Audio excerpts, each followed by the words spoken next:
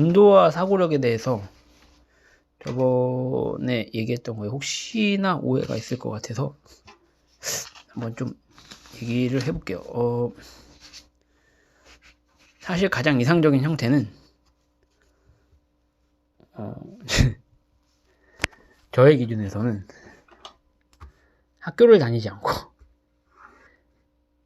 그 학생의 지적 발달 수준, 여기에 진도와 사고력을 모두 초점을 맞추는 게 사실 좋아요. 이 사람의 경우에 따라서 다르겠지만 어떤 사람은 나이가 15인데도 불구하고 고등학교 3학년 과정을 가르쳐도 충분히 학습을 할 수 있는 사람이 있고, 어떤 사람은 이제 21살, 22살이 돼서야 비로소 고등학교 1학년 수준의 수학 공부를 하면서 집중할 수 있는 지적 상태가 되기도 한다고 생각을 해요, 저는. 가장 중요한 거는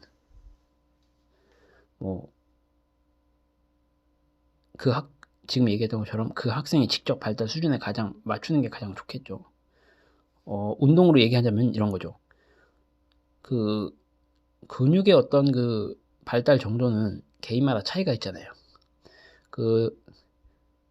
그랬을 때 이런 경우가 있어요. 어떤 선수들 같은 경우에는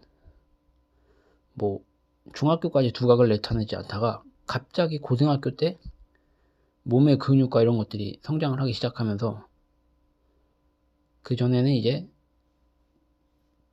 다른 선수들한테 철저하게 이제 밀렸다가 갑자기 고등학교 때부터 두각을 나타내면서 쭉쭉 성장하는 선수가 있거든요. 그런 것처럼 저는 이제 그 수학이라든지 공부도 마찬가지라고 봐요.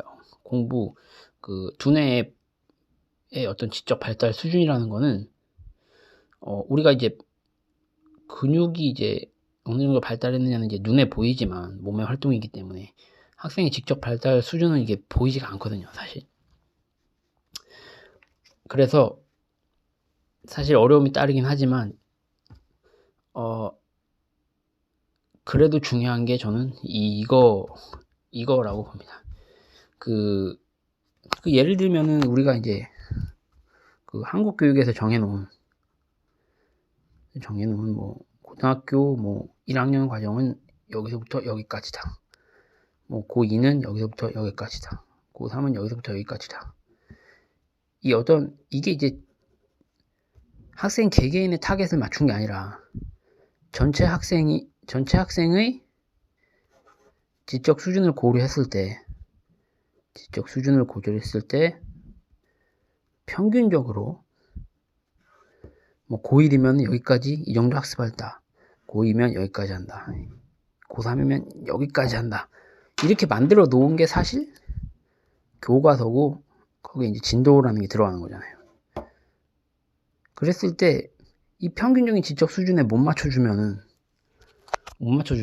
혹은 중학교 3학년까지의 과정을 충분히 소화하지 못한 상태에서 고등학교 1학년이 된다든지 이렇게 돼버리면 당연히 따라가는 데는 버거운 거는 너무 당연한 것입니다. 그러면 그 학생에게는 수업이 재미가 없어질 거예요. 왜냐면 예를 들자면 이런 거죠. 나는 생활체육 정도 수준의 수영을 하는데 학교를 갔더니 갑자기 태릉 선수촌에서 시키는 하루에 14,000m씩 이렇게 수영을 시킨다고 해봐요. 태릉 선수촌 가면은 올림픽 선수들 하루에 14,000씩 수영하잖아요. 14,000에서 많게는 18,000m까지 하잖아요. 그러면은 이거를 하다가 이제 근육이 망가지는 것처럼 학교 이제 따라가다가 이제 힘들어지는 거죠. 그래서 제가 자꾸 그 학생의 지적 발달 수준 맞추라고 하는 게 그런 거예요. 내 수준이 예를 들면 내 수준이 이만큼이면 이거보다 조금 더 나가는 것까지는 소화가 가능하지만 사람이 이거보다 너무 나간 거에 대해서는 그게 이제 몸이나 정신이나 이게 감당을 못 하거든요. 그러나 우리는 학교를 다니기 때문에 그 학생이 지적 발달 수준에다가 초점을 맞추기가 사실 힘들어요. 어떻게든 학교를 다닌다는 거는 적어도 한국 교육에서는 최소한 이제 한국 교육의 목적은 이제 대학이잖아요. 저도 이게 참 잘못됐다는 걸 알면서도 얘기한다는 사실이 슬프긴 합니다. 교육의 초점이 그 학생의 직접 발달 수준에 맞춰져 있는 게 아니라 평균적인 수준을 따라가지 못하면 넌 나고자라고 하는 게 사실 한국 교육 시스템이거든요. 그런 의미에서 한국 교육은 실패했다고 볼 수 있어요. 그럼에도 불구하고 우리는 학교를 다녀야 되기 때문에 이런 평균적인 수준을 이제 맞춘다고 한다면 이 차원에서는 진도가 중요하지 않아요. 그 학생이 지적 발달 수준에 맞게 진도는 천천히 나가면 되고 사고력에 더 초점을 맞추면 되거든요. 그러나 대학을 간다는 한국 교육의 목적에 맞췄을 때는 진도는 맞춰줘야 됩니다. 진도 맞춰주면서, 왜냐면 시험 범위가 있으니까 그 안에서 나오는데 시험 범위를 다 못 맞추면 시험을 아예 못 보잖아요. 그러니까 그게 되고서, 그러니까 그 진도도 가져가면서 중요한 거는 사고력도 둘 다 가져가야 돼요. 사고력도 둘 다 가져가야 돼요. 사고력도. 참 슬픕니다. 네. 학생의 상황을 고려하지 않고 진도를 무작정 이 평균적인 수준에 맞춰야 된다는 사실이 지금 얘기하면서도 참 슬퍼요.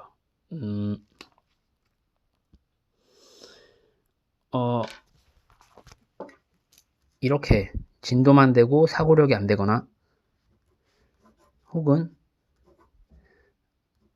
사고력이 되는데 진도가 안 되거나 이 둘 다 시험에서 원하는 점수를 얻을 수가 없어요.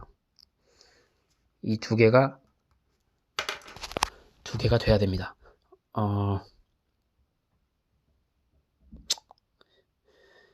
저 같으면은 저는 제 아이가 있으면 한국 교육 안 시킵니다. 그냥 제가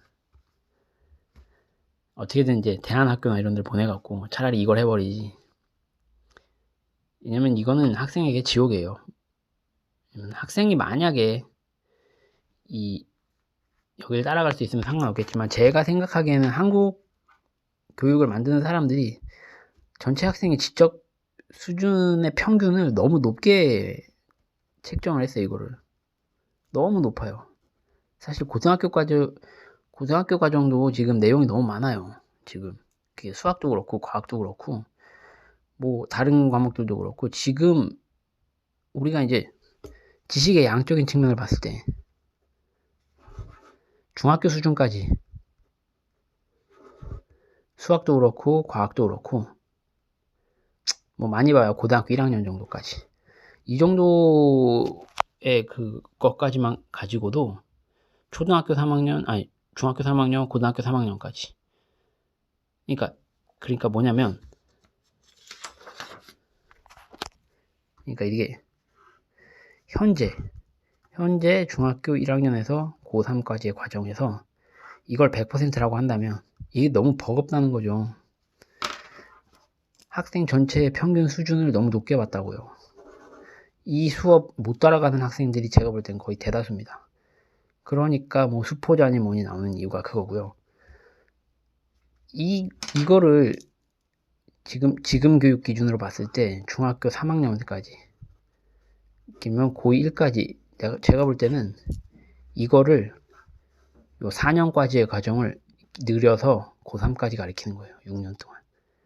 충분히 시간을 주고 애들한테 생각할 시간을 주면서 저는 그게 맞다고 봅니다. 지금은 가르쳐야 될 지식의 양에 치여서 학생들이 생각할 시간을 주지 않아요. 생각할 시간을 주지 않아요. 그러니까 어떻게 돼요? 지식의 양은 어디에 대응되죠? 진도. 사고력에 대응되죠. 그러니까 이것만 쫓아가다가 사고력이 안 되는 노예 교육이 되는 거죠. 지식은 알고 있는데 그 지식이 왜 그런지는 이해를 못하는 겁니다. 저는 그렇게 된다고 보고요. 어쨌든 그러나 여기서 살아남으려고 한다면 이런 그지 같은 현실에도 불구하고 진도하고 사고력을 두 개를 다 잡아야 됩니다. 그래야 좋은 대학교에 갈 수 있어요. 현실이 그렇습니다. 이상하고 현실은 달라요.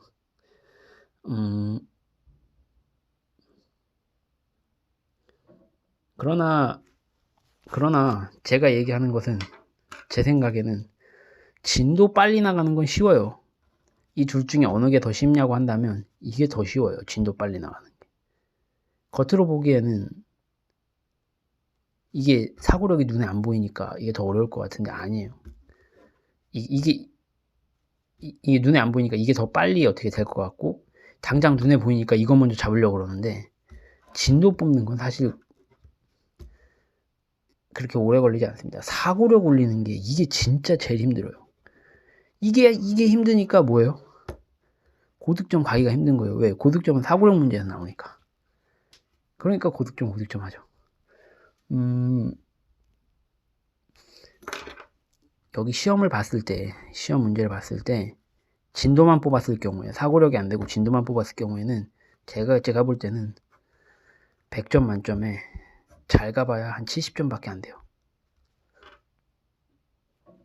나머지 이 고득점 문제는 진도만 뽑았다고 했을 때 그 진도 그 커리큘럼, 그러니까 그런 지식에 대한 어떤 순서 관계나 이해 없이 진도만 뽑았다고 했을 때는 잘 나가봐야 70밖에 안 됩니다.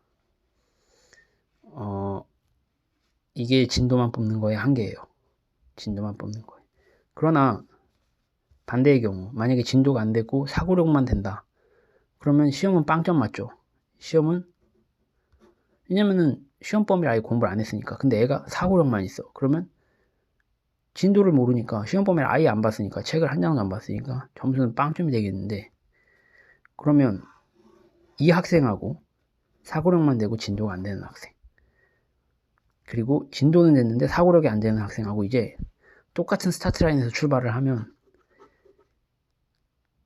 오히려 이 후자가, 빵점 맞은 후자가 폭발적으로 성장할 가능성이 있어요. 왜냐면 사고력만 되면 진도는 빨리 나갈 수 있거든요. 그런데 진도만 가지고는 원하는 걸 얻을 수 없다는 거예요. 요는 둘 다 가져가야 됩니다. 그리고 또 무슨 얘기를 하려고 했더라? 이 한국 제가 이제 그 문제집만 푸는 거에 맹점이 뭐냐면, 문제집만 푼다는 거에 맹점이 뭐냐면, 문제집만 가지고 보통 우리는 이제 문제풀이를 하면서 이제 진도를 뽑잖아요. 그렇잖아요.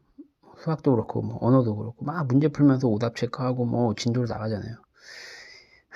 이게 참 저는 문제가 있다고 생각하는 게 여기서부터 여기까지 있다고 했을 때 이론들이 어떤 순서 관계를 갖고 여기서 이렇게 전개가 돼 나가잖아요. 이렇게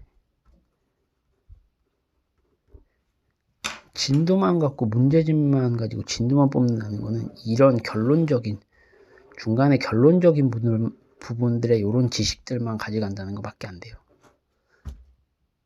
이걸 A라고 합시다. A라는 지식과 B라는 지식이 어떤 관계를 가지고 연결되는지에 대한 이 논리에 대한 이해가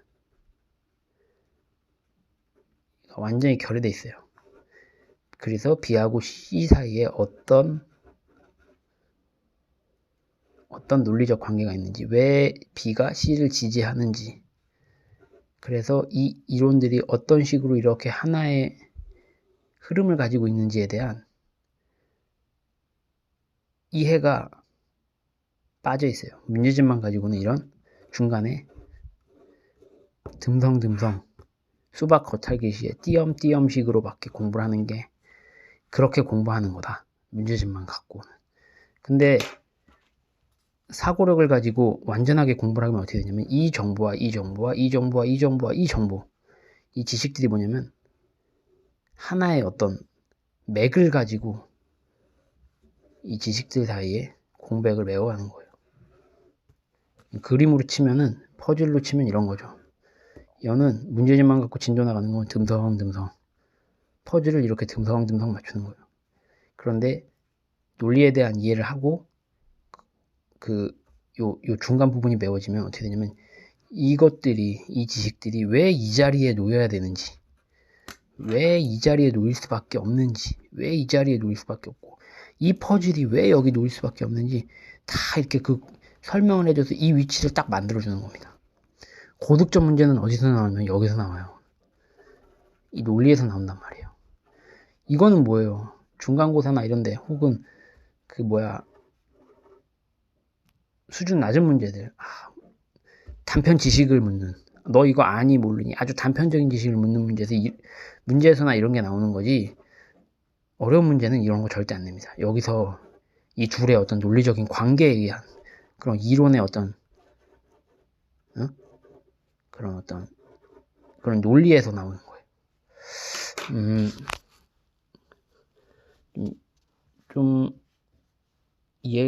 좀 얘기가 좀 잘 됐을까요? 간단하게 요약하면 가장 중요한 거는 요거다. 만약에 홈스쿨링 할 수 있으면 최대한 이게 맞춰서 하는 게 가장 좋다. 그러나 한국 교육은 전체 평균에 나를 끌어 맞춰야 되는 거기 때문에 거지 같은 현실이지만 이걸 맞춰야 된다.